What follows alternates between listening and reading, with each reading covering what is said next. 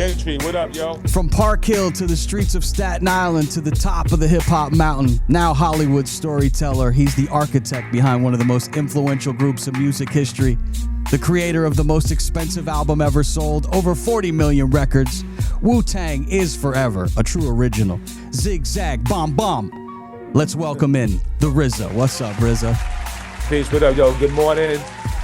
Depending where you at, good morning, good afternoon, whatever, but good morning, bro. What's up, Gentry? How you holding? I'm holding pretty good, man. This is what they're calling one of your most ambitious projects yet. This new film, One Spoon of Chocolate. It's hitting theaters this weekend. You've been putting in a lot of work here for this film. I'm excited to see it. Yeah, yo, this film is bold, bro. B-O-L-D. But it's done that way to make every emotion in your body feel something. You know what I mean? We got a great cast. It's an action thriller. You will be on the edge of your seat, yo. I saw the trailer. A lot of kung fu action, a lot of fighting scenes. What's harder, making a classic album or making a feature film? Oh, a film is I mean, technically a film is harder, right? Because the process, art itself is always going to be a challenge, but with an album, the amount of collaboration could be, let's say for Wu-Tang Clan, maybe you're dealing with 10, 12, 14 people if you bring in some musicians, right? But for a film, this film, we probably had 200 people on staff, you know what I mean? So a film is like almost running a small country for a few months, you know what I mean? And it takes a lot of mind power in all reality and a lot of coordination and collaboration. So now to make it a classic, that's why my answer is funny, because you don't know what's a classic. You feel it, but the people got to decide it, right? But what I do feel about this film, and after we played it last night in New York City, people are saying that this film is an instant classic, but that they got to say that. I can't say it. You know what I mean? The main character, Unique, in this film kind of carries the spirit of ODB. What is it about Old Dirty Bastard that was so unique that could never be replaced in Wu-Tang? He just was like living life itself, right? So it was nothing robotic about him, right? You ever notice, like, you listen to ODB's album, he has a song, two different songs on the album, but he says the same lyrics, but yet it don't sound the same. So he's that equation that always keep evolving. That was his energy, and of course he was my cousin, and not only my Wu-Tang brother, but my blood family, and it just has it's so much of him and me that was combined growing up, that even though he left us physically, over 20 years ago now, it's been that long, spiritually he's just always in us. He's always in me, and when I wrote this screenplay, I started writing it in 2011. But even in 2011, when I first started writing it, I named the character Unique. You know what I mean? And it could be me wishing I could see him again and running around and doing the shit we do, and then recognizing his superhero abilities.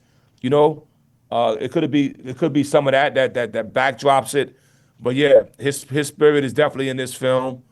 And I think that his superhero, if he was to be a superhero, here he is right now, Shameik Moore as Unique in One Spoon of Chocolate.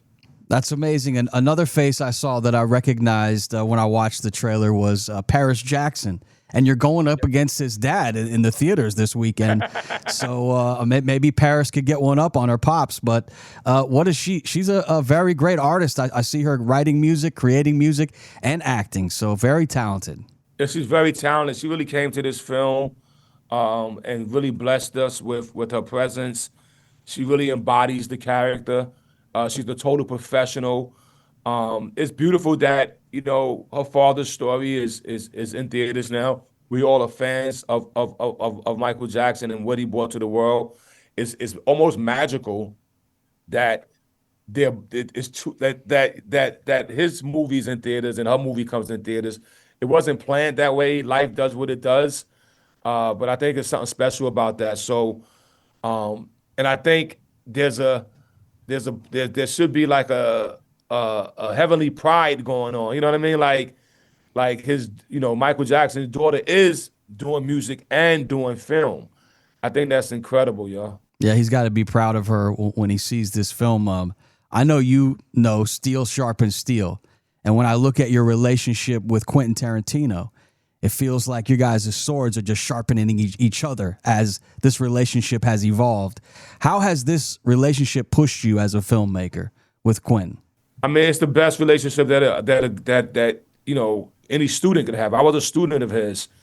He has now said the student is a master. So I don't, so which is and this particular product will show that.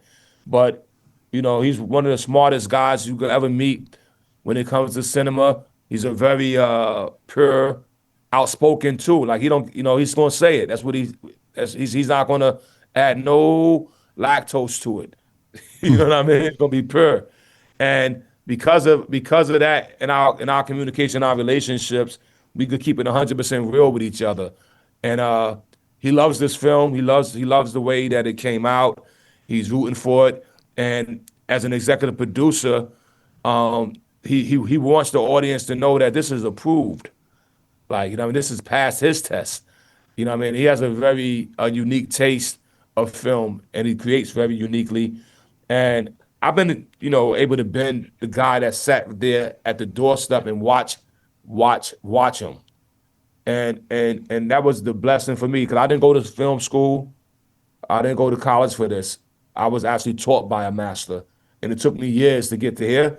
But when you see this new film, I think you'll see that it exists in the Tarantino's world even. Like some of the things that happen in his films happen here in a RZA way, though.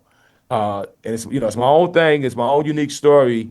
But it definitely, you could say, wow, it takes place in the Tarantino's world. And you guys connected first when you scored a soundtrack for him, correct? Is that how you first got connected? We actually got connected just as Kung Fu movie buddies. Like, so that was like, it took 2 years of just watching movies together till until me realizing that I wanted to study underneath him. Then I asked him, as a man, I was like, yo, I want to study, bro. I want to learn from you. And he said it'd be his pleasure to teach me. And then when we did Kill Bill, when he did Kill Bill, I was just the student there with my notebook, taking notes, flying all around the world, just studying. It wasn't until we got into Mexico on the second week when he was close to finishing the film that he brought me to the table and was like, I've been thinking about you. I want you to be my first composer. I want you to produce my soundtrack and be the first composer because I never used a composer ever on a film. You know what I mean? And so he was like, that's the job I want you to have. Now, that was a smart thing because by giving me that job, the post-production could take 10 to 12 weeks, even 20 weeks, to be honest with you, right?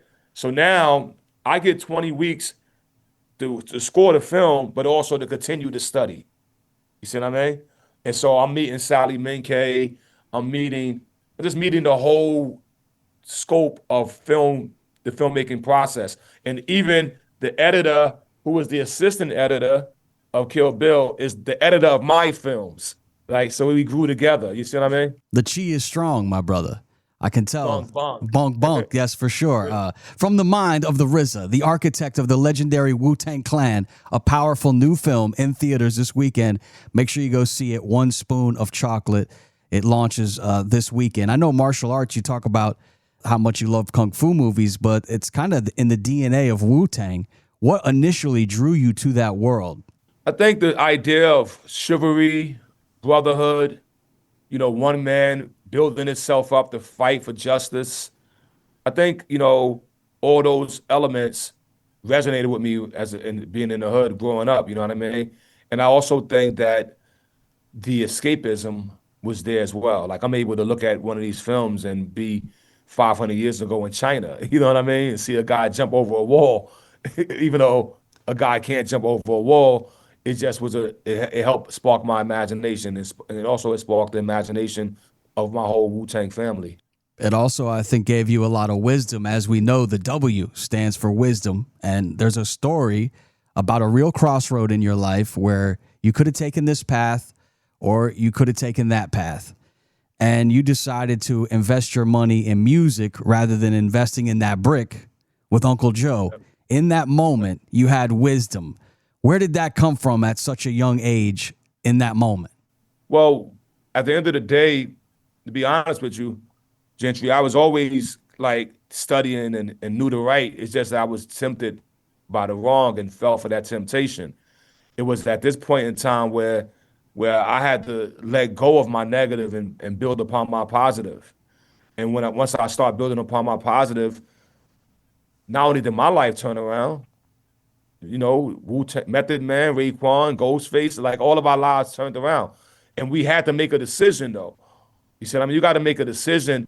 It says that I'm gonna get a little biblical here if you don't mind. Amen. It says in the book of Matthew, enter ye straight at the narrow gate, for wide is the road to destruction. So there's a narrow gate you got to walk through, bro. That wide road is all type of shit. You can bounce off the wall. You got to walk a laser beam focused mind, laser beam focused life. And I decided that. I read that. And I said, you know what, I'm gonna apply that. You know what I mean? I'm gonna eat my vegetables today. You know what I mean? And look, the truth is the truth, right? And the results of it shows and prove itself. You had a wide group, though. You had 9 voices, 9 egos, 9 careers, and somehow you kept it together. How did you? I mean, some bands that have 4 members can't keep it together for a couple of albums. We're talking 30 plus years. How'd you keep it together? Well, right? I won't say I'll say we. You know what I mean? The Holy Quran, it says, of course, I can say I, but it says, for surely we have traveled this path together. You know what I mean? So at any given moment, you know what I mean, there's an energy there that could push us back together. But I think there's gratitude, there's camaraderie, there's appreciation, and then there's the reality, right? The positivity of Wu-Tang works. And it works on every plane, mentally, physically, spiritually. The toughest plane is emotionally, all right? but as men, you got to beat the emotional plane, bro. You know what I mean? Like if you fall into the emotional plane, you could step back 4 or 5 steps. So you got to overcome emotion with realization. You got to overcome emotion with control. You know what I mean? So realization means that a man should realize it for himself. If he can't realize it, somebody got to take control. You know what I mean? There's always one amongst you that can grab control of that will. You see what I mean? That's why, you know, I want to get spiritual again, but they say like Noah, he knew it was going to rain. People didn't believe it, yo. But he knew, so what did he do? He took control and he built that ark so he could save that which needed to be saved. I remember the emotions I was feeling in, I think it was 92, 93, when my boy Manny Otero and his 1990 Camaro with that 10-inch kick speaker in the trunk, and he put me onto that Wu-Tang 36 chambers, and he popped that cassette in. It definitely made me feel emotions, and it had that dusty, that grimy, that cinematic basement tape sound. Was that intentional with that sound, or was that just the gear that you had access to that gave us that sound? Was that calculated? I feel like, you know, and people say hindsight is 2020, but I like to say that it was intentional. My intention, when I first made hip hop, you know, you had to go to first I made hip hop with a 4-track tape, bro, at home. And all my little neighborhood demos played throughout the hood. When the RZA made his demos, they played throughout the hood. So I just try to make the story quick. When the RZA did his first album, I had the demo tape, and then he made the album. When he made the album, it didn't sound like the demo tape. The demo tape sounded real, sounded pure. The album sounded polished, and I wanted to get away from. I wanted to sound like the demo. I wanted to sound like hip hop. When I got the Cold Crush Brothers tape and put it out in my radio, and what the hell is this? And it's like you, all that, yo, bro. It's just like I wanted that, and so I wanted 36 Chambers to sound like the demo. Meaning, I wanted it to sound like the feeling that gave me. Now, and the equipment probably helped. Like the board we had was a PV. That PV board is not known for a mixing board. It's a live board, better for live music, right? I mean, people was using SSLs and Amex when we had the cheap PV. You know what I mean? But all I needed was faders, bro, to separate my sound, and I knew how to do the rest. You know what I mean? And of course, I had good engineers in the sense of smart guys, but they were smart enough to move out my way. You know, Ethan and Carlos, they was like, yo, like they'd be doing, I go, hold on, watch out. Let me do my shit, bro. You know what I mean? And it's like, okay, we're gonna record it. Let's go. Bong bong. And the rest is history. The RZA here, the mind behind the Wu-Tang Clan. His new film, One Spoon of Chocolate, presented by Quentin Tarantino, hitting theaters coming up on May 1st. RZA, I was talking to one of these radio consultants. You know, they have 99 ways to screw a girl, but they ain't got no girlfriend. But I was talking to this consultant. So sometimes they always try to drop knowledge on you, but then you wonder, why ain't you running a station? But this guy was telling me that hip hop is dead. I mean, that's a quote from him.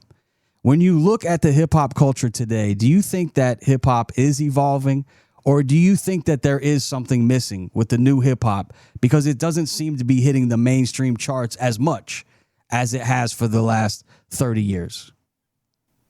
My opinion is that music itself is now hip hop. Okay?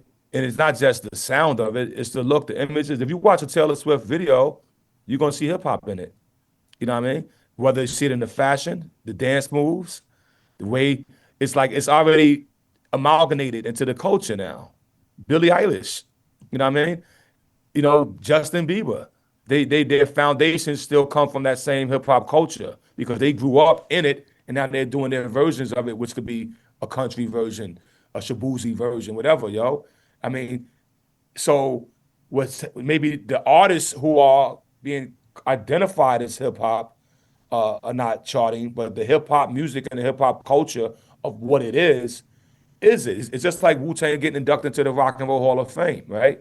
It makes sense because that's what it is now. It's like it's not just I mean, even though the Rock and Roll Hall of Fame says rock and roll, you have Michael Jackson, Prince, Sade, Luther Vandross. You have all amalgamation of music being able to be inducted into that because it's a lifestyle. It ain't just a sonic. It ain't just because he had a guitar. It ain't just because he had an 808. It's the same thing with hip hop. I think that it's been around long enough and been so influential into the music for the last 30 years. It was the high level of what you heard if you turn your radio on, and that's around the world, bro. You know what I mean? You hear some, they say Bad Bunny when he was on the Super Bowl, on the press, it was like hip hop artist Bad Bunny. You know what I mean? And somebody could argue that it's not, but I could argue that it is because the culture, the vibe of this generation that grew up starting in the 2000s, we're in 2020s now, bro. You know what I mean? Hip hop is in your DNA now, no matter what. And so it's always going to be there now. The Resurrector, bringing it all back together for us here on the program. I got a few quick questions. This will be like fire drill here for you. A couple of quick ones. The first album you ever bought with your own money, and was it vinyl? Was it a cassette? Yeah, I think it was a vinyl. I think it was more of a 12-inch Sugar Hill Gang. You grabbed the Sugar Hill Gang was the first one you grabbed? I think I paid for that one myself.